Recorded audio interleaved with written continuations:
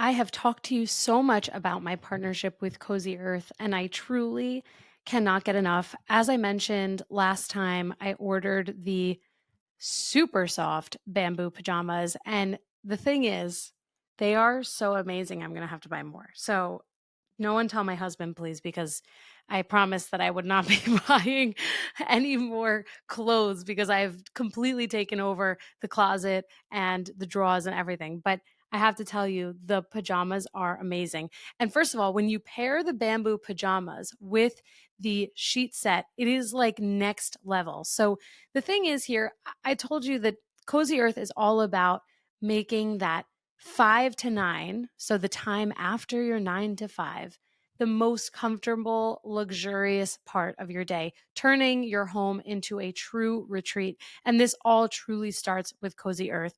So if you are ready to turn your bedroom or your life into a true retreat, one that feels like a luxury hotel, but better because it's your own space and you don't have to, sleep on a hotel bed, because even if it's a luxury hotel, it's still a hotel bed.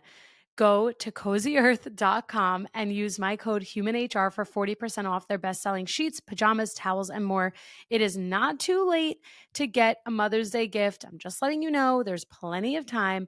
And if you hear this after Mother's Day, that's okay. Treat yourself, treat a mother in your life, treat a father in your life, treat anyone in your life to luxury and a true sense of relaxation and comfort with Cozy Earth. And by the way, if you get a post-purchase survey, please let them know that you heard about Cozy Earth right here. And I'm probably going to end up sharing the next thing that I've bought on our next conversation around Cozy Earth. But I'm letting you know that it's now become something that every week I'm on the website looking at, okay, what do I need? Should I buy towels this time? Should I buy more pajamas? And either way, I think it's a really great investment again. So if you are ready to make that investment into the luxurious lifestyle of Cozy Earth, again, go to cozyearth.com and use my code HUMANHR for 40% off. Welcome to the Bringing the Human Back to Human Resources podcast. I'm Traci Chernoff, and I've spent my entire professional career in HR. Each week, we'll explore the delicate balance between people and business with the aim to reconnect the two and create meaningful outcomes. Listen in as I share my own experiences, challenge the status quo, and chat with guests from various industries about our mission to bring the human back to human resources. Hi, everyone, and welcome back to the Bringing the Human Back to Human Resources podcast. Thank you so much for being here for another week.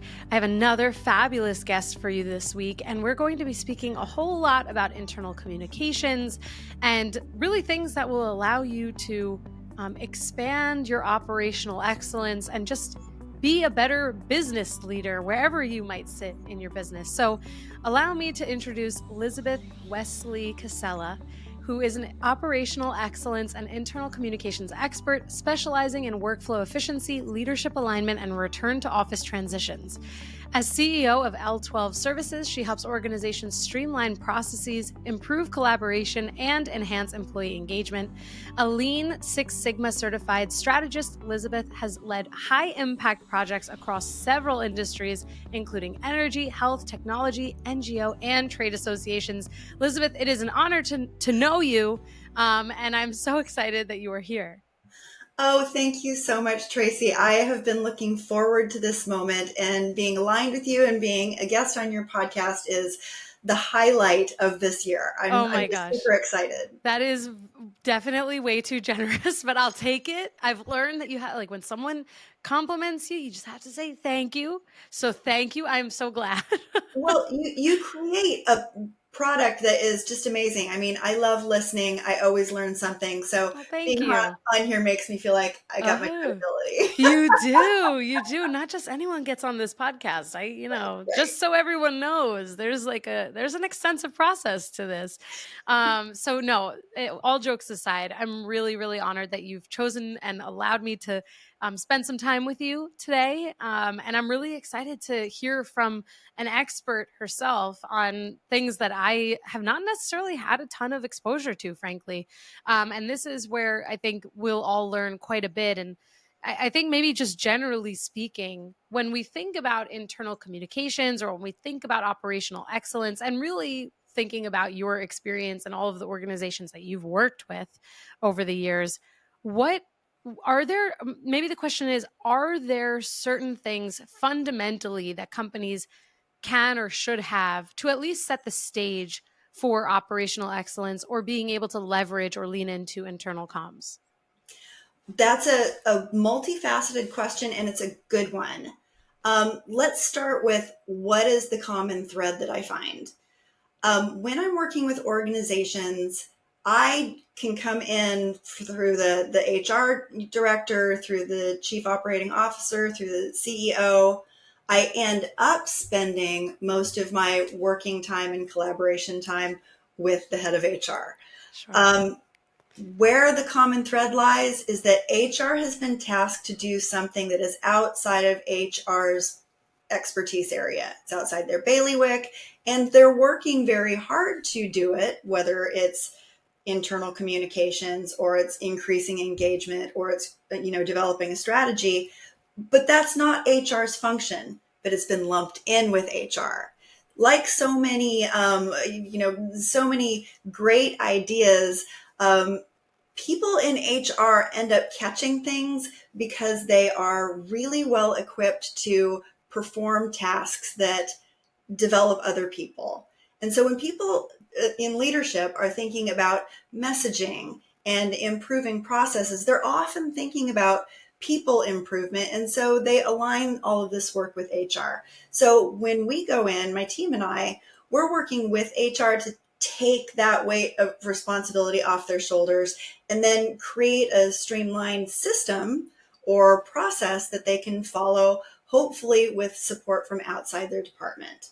And we're explaining to them, what operational excellence means and how to leverage institutional knowledge through internal communications to reach operational excellence.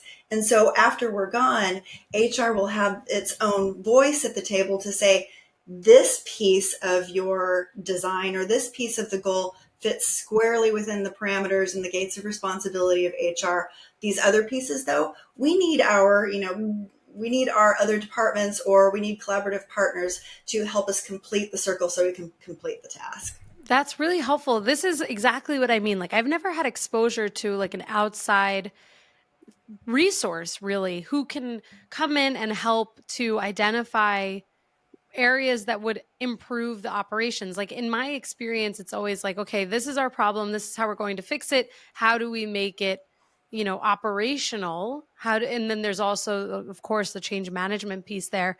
But to your point, it's so often coming off the backs of, oh, well, this is a problem. We have to fix it. You take it on.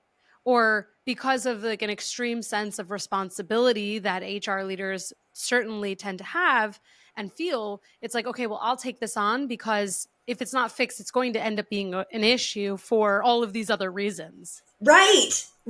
I'm going to end up dealing with the fallout. Yeah, right. Like, I don't want to have a disengaged person. And so I'd rather figure out how to resolve this issue. Like, one of the things that comes to mind that in all of my experiences probably has been a consistent challenge to like operationalize. And that is like internal mobility, like career movement, interest in new opportunities, not necessarily from like a what jobs are open standpoint, but from like succession planning through actual growth to people applying internally, being recognized and noticed for those opportunities. Like all of that becomes a very important challenge, but it's also very difficult to operationalize because there are so many moving parts. So I don't know if that's like a reasonable example, or if you have other examples of where there's a need for a company or HR leaders to really think about how they outsource some of these things to improve their operational excellence. Is that a fair question? That is a fair question, and there are a couple different examples that come to mind. But I think the easiest way that everyone will be able to understand what we're talking about is when HR is asked to increase engagement, and the next statement to follow that command is, and get everybody using the intranet. Like, Yeah. you just Like, say, oh, okay, it's so everybody, sexy, the intranet. right? Yeah. Everybody, the information is on the intranet, and as of midnight, you will now know to go there, and it will be in, It's downloaded into your brains. Yes, and the information is being presented there in a way that you will absorb and understand quickly. It Totally. sounds like a no-brainer. You have the tool, you implement the tool, or you distribute guidelines on how to use the tool. You make the tool pretty, and nobody's using it. That happens everywhere. Constantly. Right. And depending on, your the type of tool that you're using, the software, you may love it, you may hate it, you may not even care about it. But a tool is a tool. The important piece is understanding how that goal, that project, needs to be approached, and using a little bit of behavioral psychology to think about the population that you're going to be trying to engage, and then giving them the what's in it for me so that they do engage. So it's really larger than I've identified a problem, the solution is they need to use it, and then we'll reach our goal. The problem is actually you have people who are there, you have a tool, nobody's using it, and you haven't dug deep enough to find out whether or not you understand the chaos tolerance of your workforce or the change resilience of your workforce and how they need to be communicated with, what the actual value proposition is for the workforce, and whether or not it's different than what leadership thinks it is, and then whether or not you're using the tools or the channels that you need to reach all the various segments of your workforce. So it gets more complex the more you dig deeper into it. So bringing in someone like me and my team, or other, change management and internal comms experts, they're the ones that can say, we're not starting with a blank sheet of paper. We already have the best practices or a draft of the scaffolding you would need in order to build this. So we're bringing in different types of tools that will help you assess that chaos tolerance of your organization. Or we're bringing in case studies that you can choose from that say, this is more along the lines of the end result that I would like. I would like people using our intranet, not necessarily as a chat room or not necessarily as news updates. We want them to use it because all of our forms and our knowledge are there.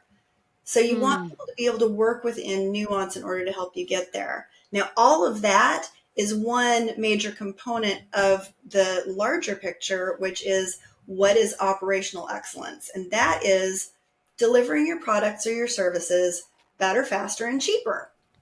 We can identify what faster and cheaper is. That's super easy to measure, but how do you identify what better is? And how do you, once leadership or the strategic team has defined better, how do you share that really, really clear picture with the entire population of people who work for you, so they're all, rowing in the same direction, so to speak? That's so interesting.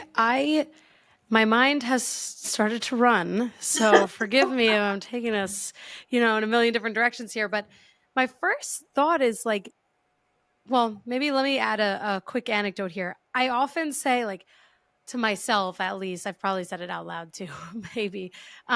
Imagine if I just was the first HR person at a company and like I was there on day one when the company opened up. Like, maybe there wouldn't be as many challenges in figuring out some of like the ways in which we work because you have things set up right away. But then I challenge myself and I'm like, well, that's not true because you just like hit the ground running and you don't have budget for a tool and like you just end up in the same kind of situation.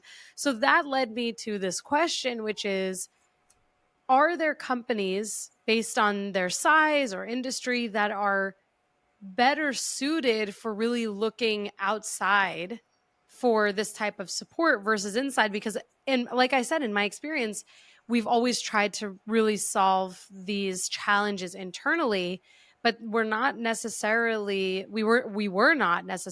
always successful. And that's where, finding someone to really outsource these challenges to could be really beneficial. But I'm just curious if you, based on the people you've worked with, if you've seen like a right size, for example, for, clients. There isn't a right size that we found, but there is an intentionality that we've found that for successful organizations, that is the through line. And that intentionality is using the institutional knowledge. So the beginning of what you just described, everybody has the best of intentions. They want to use that team of teams or tiger team to solve the problem because they realize, hopefully, that using institutional knowledge helps to uncover the immediate problems faster. Mm-hmm. The problem is when you use your internal teams or tiger teams, it's like testing against yourself. You don't have that 35,000 foot view that allows you to look down and talk about or identify, I should say, the problems that are truly operational and valuable and should be a priority versus the things that are making you crazy and that always end up at the bottom of the list, but they never roll off. Like that is a real thing. Meetings that turn into ideation sessions that never turn into actually getting things done. So glad I said things. Getting things done. Getting things done. That is a challenge for internal teams, team of teams, and tiger teams. So when an organization reaches out to an external consultant or, someone to guide them, what they're really saying is, you know how to facilitate these changes. I want you to not only take advantage of the institutional knowledge because that's an inexpensive way to identify our problems, but I also want the people who work here, and this is really important, this goes directly to job satisfaction and retention. I want the people who work here, who maybe we asked 4.5 years ago to go home with zero resources, do their work from home during a pandemic while their life was exploding, and keep the wheels on the bus, and they did it. We want to value those people. We want to recognize them, not in a staff spotlight way, but in a really meaningful way that says, you problem solved for us. Thank you. Now let's take those solutions that you created and let's bring them back into the new work model.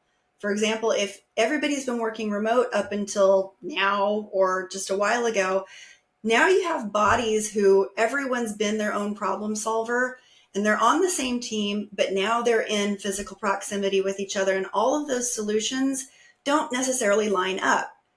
And if they line up at all, they don't do so smoothly. So you need to go through that period of streamlining those workflows in order to create that operational excellence.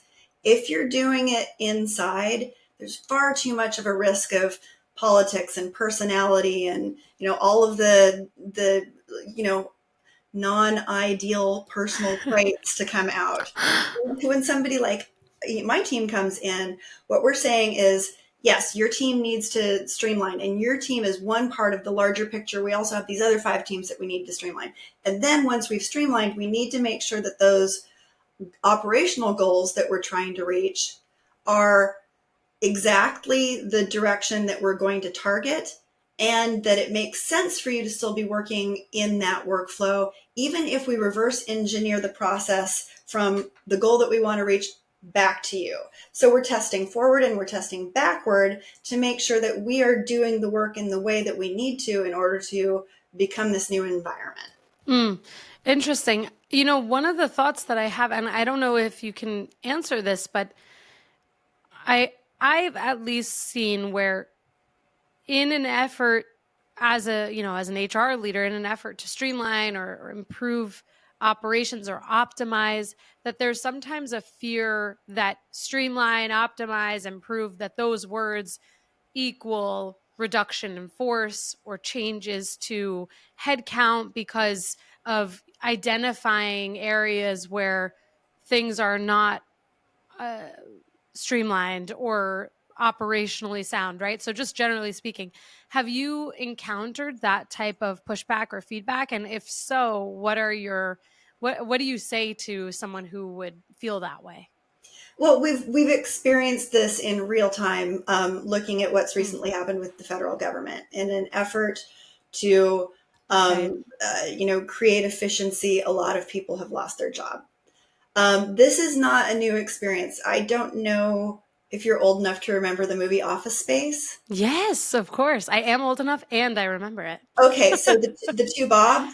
Yeah, yeah. I have a colleague, and I'm Elizabeth and she's Lindsay, and we're the 2 L's, and we always start our onboarding referencing that movie and joking, funny. We are not here to take your jobs. That's so funny. Yeah. But it's a common feeling that, that could be the case. Now, some organizations, for example, are using return to office as a means to slim down their workforce. If we are in contract with those client partners, what we are doing is we are helping them make that transition for their folks one that is a positive transition. So, right. Ample conversations, opportunities for placement, personal development on the way out. Like, we're really making it a matter of the company needs you to be in the office in order to reach the goals. If you choose not to be in the office, that doesn't make you a bad person. It means that you're no longer aligned with the goals and that there's going to be a place for you to do your amazing work, you super loyal person, in an environment that suits you best. Your priorities have changed, or our priorities have changed, but that nobody's bad. So right. we're working with organizations to help them do that. However, other organizations are very interested in keeping all of their people through return to office. And so they're going the extra mile to make sure that they're creating ample messaging opportunities to clarify what the end goal of success looks like to keep the people. All of that is to say, if you're in an organization that is a culture of innovation, or if you're in an organization that values retention, just because someone is saying streamline, improve, or any of those kind of scary buzzwords does not mean that a job or a department is on the line. It should mean, ideally, that what we're doing is valuing that person or valuing that department or valuing that work. And we want to make sure that we are getting to that goal as efficiently as possible so that your job is easier. Mm-hmm. We want your job to be easier because we want you to A, stick around, B, feel as though you are valued and you belong here, and the biggest one, C, we want you to come to us with your innovative ideas for improving products or improving services or improving the impact on the community around us. We want you because you're the asset. And so if you are hearing streamlined and you really believe that your company is one that values you as an employee and you're not just a commodity, that's the time when you want to come forward and say, I have ideas. I've got a notebook full of ideas. As I perform my work every day, here are things that I think would be inconvenient for the customer, or here are things that I think would add value for the customer. Let's, create a program or a plan where we can test these business ideas, or we can focus group people and see if this is something that they want. But be the person that, while things are getting streamlined, says, hey, while we're making these improvements, let's consider taking it a step even further. That will be incredibly helpful, not only to you in your career, but it allows your leadership to understand that you are personally invested in the organization, and you will probably be thought of when dollars for personal and professional development pop back up. Right. Yeah, that's really helpful to hear. And I appreciate you taking on that question, because I know it's inevitable. I remember in some of my retail days, anytime we talked about optimizing or streamlining, the end user, so to speak, of that new initiative, or the inevitably the hourly worker, was like, should I be worried about my job? Yeah. And I think it's really important that we go the extra mile to explain what that looks like and what that means, to your point, so that people can feel that assurance that this is all focused on their benefit, and the company's benefit too, which leads me to a thought here, and ultimately a question. One of the things that we had talked about when we first met a number of months ago was the importance of aligning to a company's values and their mission. So for each individual at that company to really be aligned. And you kind of talked about it just before, which, when it comes to return to office, where if that's not something that is in alignment with someone, that's okay. There's no emotion there. Returning to the office setting is just not what is it is now a misalignment between the company and or the employer and the employee. And so I'm curious, in the work that you've done, if you've seen values and the mission of a company change and evolve as they've decidedly worked toward improved operational excellence. Like, for example, maybe a company always considered themselves to be expert in communication or innovation, but then through the process realized that they actually weren't doing that, and maybe their values or their mission changed. Did you ever see anything like that? Or was it just really, have you just seen this further emphasis on the importance of that alignment? What I often see is that there will be, regardless of department, sometimes in multiple departments at the same time, there will be people who learn about the Six Sigma definition and philosophy of operational excellence. Like, we could just do another entire segment on For what sure, is operational excellence, but I'm trying to speak in broad strokes here. There are going to be people that learn about operational excellence. Maybe they've been interested in process improvement, so they have a little bit of that shared language. Those people will find the project that we've worked on together fascinating, and they will see the possibilities of how that can continue in other projects throughout the organization. So if, for example, an organization has been really good at developing products for, actually, an example for developing products for the market for industrial cleaning.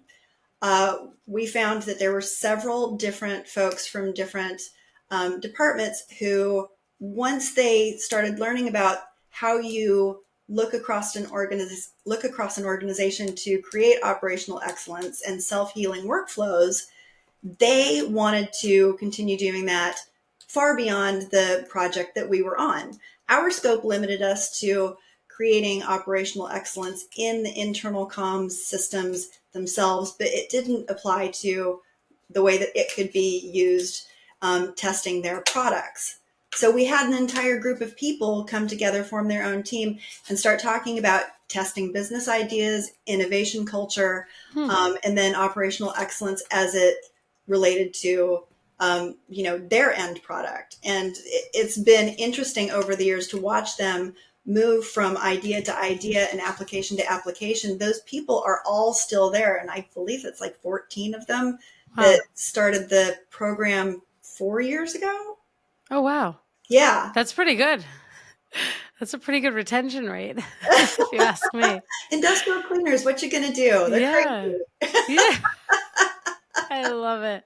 I love it. I mean, this is all really interesting because, again, even just knowing some of the demographics of the audience who is listening today, many are potentially at a point in their careers where they have some influence over decisions or how operations flow. And when I think about something like, going back to my one example around like internal mobility and how we grow people and we give them opportunities, or how we plan for succession and things like that, finding someone who can help guide you through that before you have to realize that maybe you're not the person that should take that on because you have all these other things that you have to accomplish in your day, week, month, quarter, year. Figuring that out earlier on makes a whole lot of sense. Like, I do wonder how, even for someone like me, I've been in HR over 10 years and obviously have my podcast, and I really haven't had the opportunity before to take operational excellence outside of the, HR team or the operations team.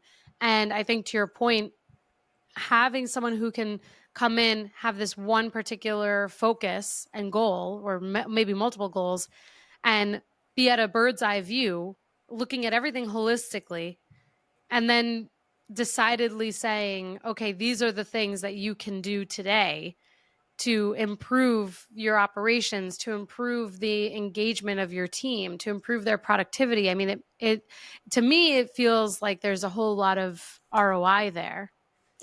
I believe that there is, and an organization doesn't need to be the starting point for creating either improved internal communications or a pursuit of operational excellence. I'm going to pull those apart real quickly here and just briefly go over what I think might be helpful to your audience.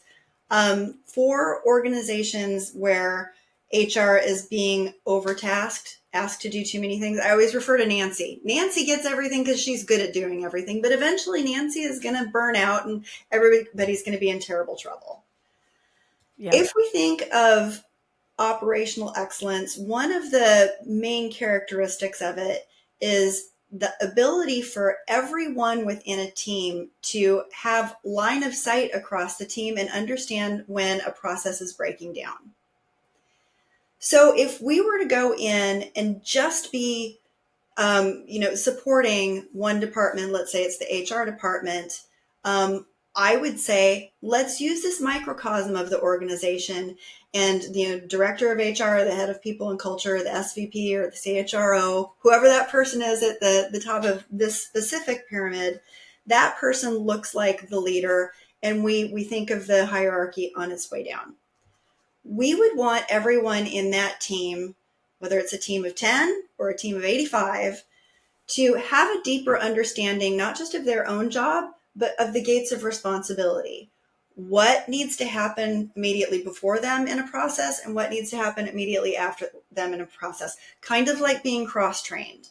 The purpose of that is so that when a piece of service or a piece of product, whatever that piece of workflow is, comes to your desk, you can look at it and say, I recognize that this is a completed product until it hit me. Or I recognize this isn't a completed product when it hit me and I need to send it back up the line. Being able to have enough knowledge to see when a process is broken and enough autonomy to fix it without involving a manager is one of the key pieces to operational excellence. Mm-hmm. So when HR is being asked to do too many things that are outside of its bailiwick, then I would argue that there is a real good reason why applying operational excellence within the department then would matter. It would allow for the people within the team to understand the workflow that they already have that is their expertise and area, and to say, this new thing that we've been given isn't. It is breaking our process. It is breaking our flow. And I now know what it is, and I can either take it to the leader or I can take it to the manager and say, here's my argument for why this doesn't fit here right now. So it's not just the head of HR saying, I don't think we can do it because we can't take it on. It's the people who are working below them saying, this doesn't fit within the lexicon of what our responsibility is. And that's important because at any given point, if you are continually given too much stuff, you need more than one person to be able to say, not my stuff. And that's so true. That's so true. It's like having a really strong advocate in your corner. Yes. So, if you have a team of advocates who can all say the same thing and all use the same logic behind it, then it starts to make more sense. Now, I'm not saying anybody should say, no, not going to work with the rest of what the company wants. Like, that's not what I'm saying. But what I'm saying is evaluating whether or not you can take on additional work can go through a logic and a fact pattern, and you can ask other people for their opinion if they have the same thinking that you do, and you work through it together. And you might find out that you're not alone saying, I don't think this is ours. Mm-hmm. Now, with internal communications and HR, one of the things that I frequently see is that organizations don't have their own internal comms teams, and they're asking HR to do that. True. If HR is going to take that on, then there needs to be I used the word scaffolding earlier, but maybe I should use the word system. Either way, I'm trying to describe something that's bare bones, a framework that people can understand that is effective and can, carry a load, carry some weight, but isn't the finished product. If HR is for a time going to take over internal communications, there's some basic things that they need to understand about channel use, communications policy, meaning how are we using each channel to communicate with different segments of our audiences, or using different types of information on each type of channel, and how we write for our various audiences.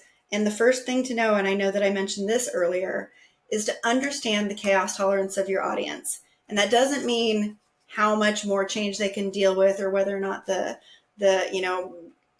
world seems like it's on fire outside. It means how much detail can any given individual or group take before they believe that something is TLDR, too long didn't read, or they feel like they didn't get enough information and bullet points just don't make them comfortable that they can move forward. Mm-hmm. Understanding what that specific chaos tolerance level is and writing toward that, creating a style that supports that, is critical.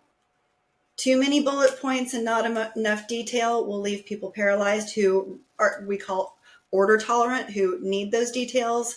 And conversely, too much text for somebody who's a choose your own adventure kind of person, the chaos tolerant people, also will, reduce your engagement. So your engagement really is dependent on using your channels correctly, putting the right information on each of those channels, and writing toward the needs of your audience, rather than writing toward the needs of the person who's trying to share the information. The person who created the message in their head, like, I want you to know about the company picnic. Not everyone wants to know about the company picnic in the same way. Right. I wonder, for HR teams that are managing internal communications, is there value in having a non-HR alias? In the sense that, I guess the way that I'm thinking about this is that there are stigmas associated with HR. Sometimes people don't feel comfortable asking questions to HR leaders, even if they have a great relationship with them. They might have had like a really terrible experience in the past. It's just one of those things that is reality in many cases. And I wonder if there is a benefit in creating like some separation, even if it is coming from HR and you want to be transparent about who it's coming from, but even like the email sender being communications versus HR.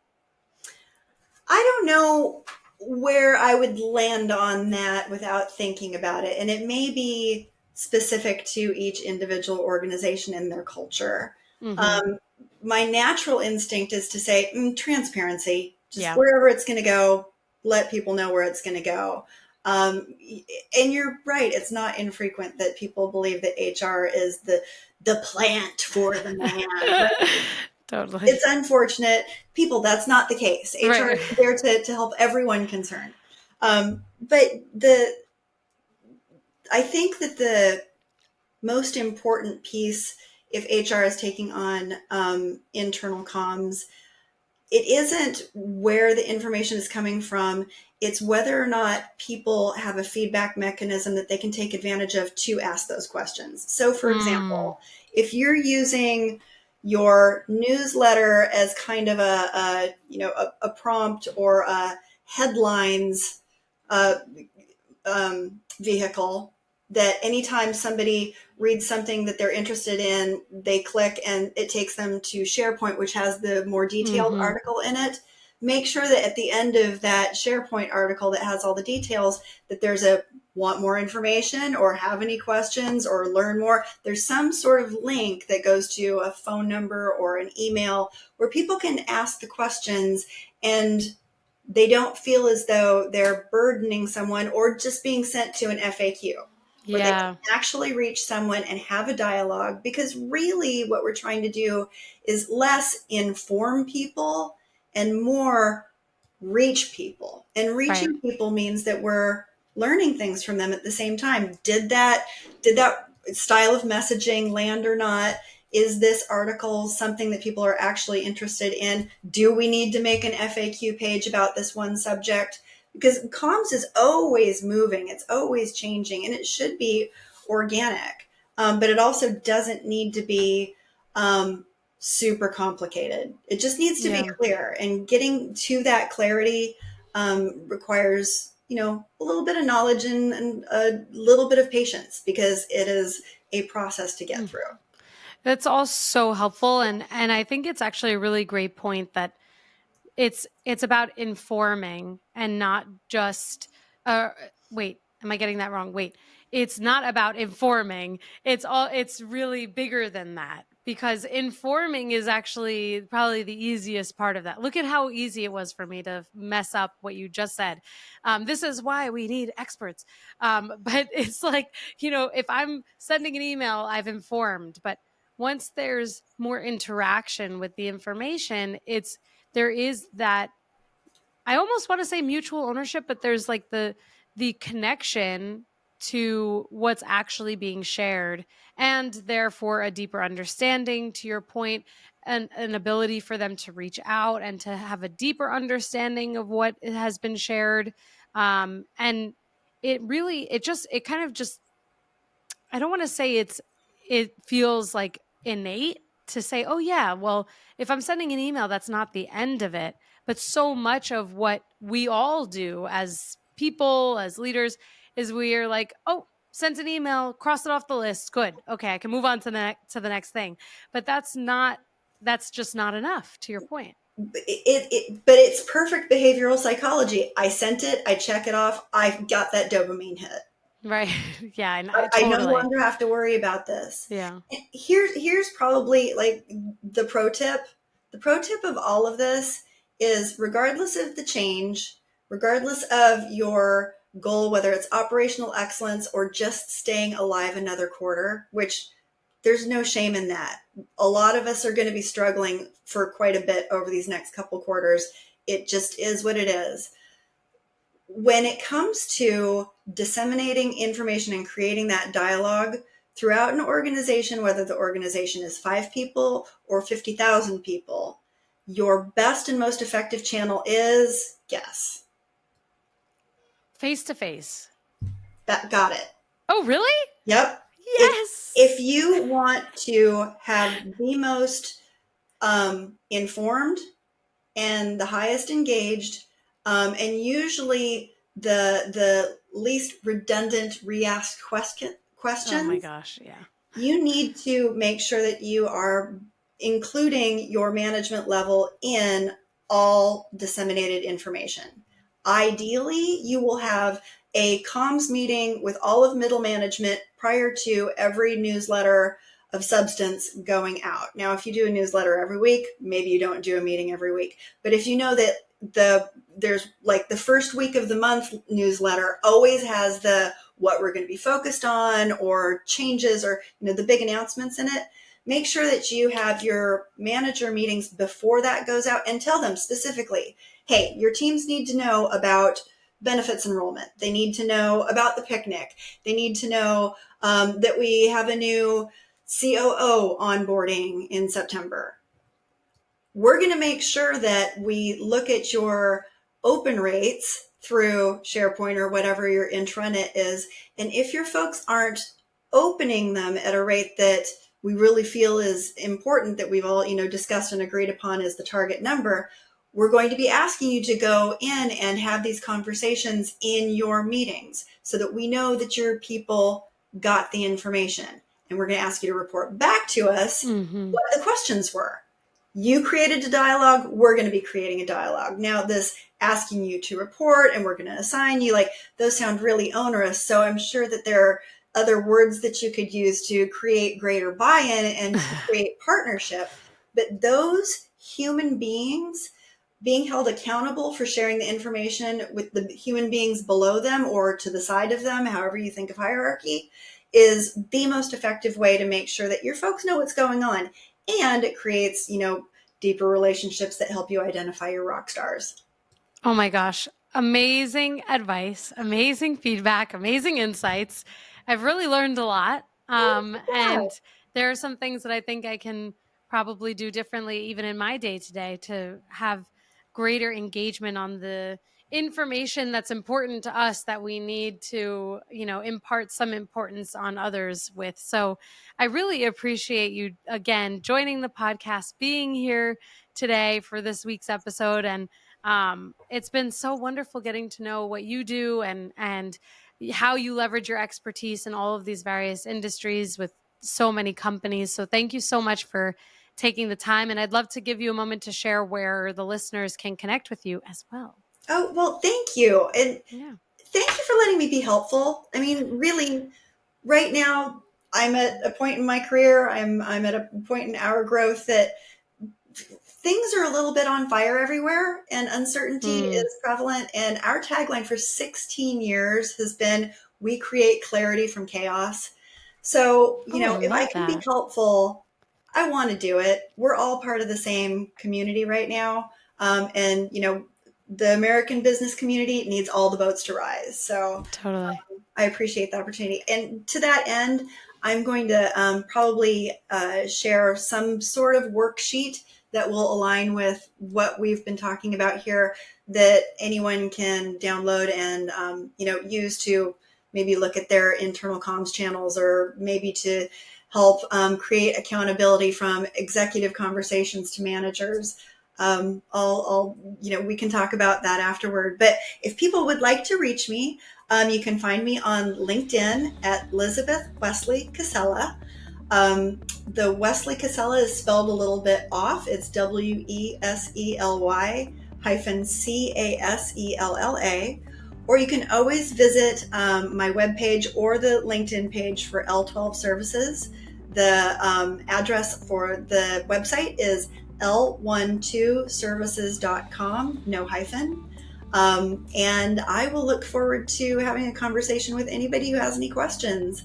Like I said, let's use some of this institutional knowledge and find inexpensive, fast ways to solve the problems that either are occurring right now or that you may be seeing down the pike if you're a futurist. Yes, I love that.